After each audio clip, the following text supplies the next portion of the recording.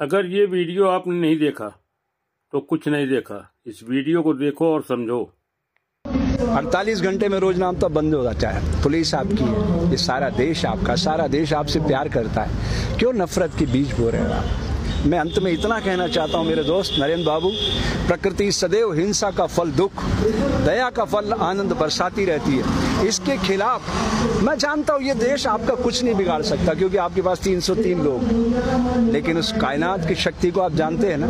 आपको तो अच्छे से पता है अटल जी की मौत कैसे हुई। बोल दूं मीडिया पर, लाल टपकती रही, अंत में 2 दिनों तक आपने एम्स में छुपाए रखा उनकी मौत को, मालूम है ना। ऐसी मौत मरना चाहते हो क्या आप? अरे अच्छे इंसान बन के मरना, दुनिया रोए, हंसते हंसते जाइएगा। कबीरा जब हम पैदा हुए जग हंसे हम रोए, ऐसी करनी कर चलो हम हंसे जग रोए।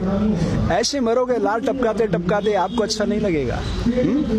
ये राम मंदिर का सपने की स्क्रिप्ट किसने लिखी थी? अटल जी ने। उसके निदेशक कौन थे? आडवाणी जी। और आप उसके मार्केटिंग हेड थे, याद है ना? उसी रथ पे खड़े होकर चिल्लाते थे आप। मुझे तो एक एक दृश्य याद है। मुझे वो भी याद है 25 जून 1975 की रात, दरमियानी रात, जब कलेक्टर ने मुझे बुलाया था और आप आदिपुर भाग गए थे। मुझे एक एक दृश्य याद है नरेंद्र बाबू, मैं भूला नहीं हूं। इसलिए आपको याद दिलाना चाहता हूं दोस्त, ये समय फिर नहीं आएगा। जिन्हें शक हो वो करे और खुदाओं की तलाश, हम तो इंसान को दुनिया का खुदा कहते हैं। मिटा दे अपनी हस्ती को अगर कुछ मर्तबा चाहे, कि दाना खाक में मिलकर गुले गुलजार होता है। तुम गलत दिशा में जा रहे हो नरेंद्र, कल पछताओगे। आज जहां हम हैं कल कोई और था। ये भी एक दौर है, वो भी एक दौर था। कितने और कितने चलेगा। वो डोवाल कह रहा था, अजीत बाबू, वो क्या नाम है उसका तुम्हारा NSA वाला, क्या कह रहा था वो? इतिहास लिख रहे हो आप, ये और इतिहास शक्ति से लिखा जाता है। आप भूल रहे हो नरेंद्र बाबू। ये आंसू देख रहे हो ना, अहिंसा और सत्य के आंसू है। महात्मा गांधी, तुम्हारे जैसे लाखों करोड़ों नरेंद्र खड़े हो जाए ना एक पलड़े पे, महात्मा गांधी के समक्ष एक तिनका भी नहीं है। पता है क्यों? अहिंसा और सत्य को उन्होंने अपने जीवन में उतार लिया था। कितना भी अपमान किया, वो बैरिस्टर थे। तुम कितने पढ़े लिखे हो तुम्हें अच्छी तरह से पता है।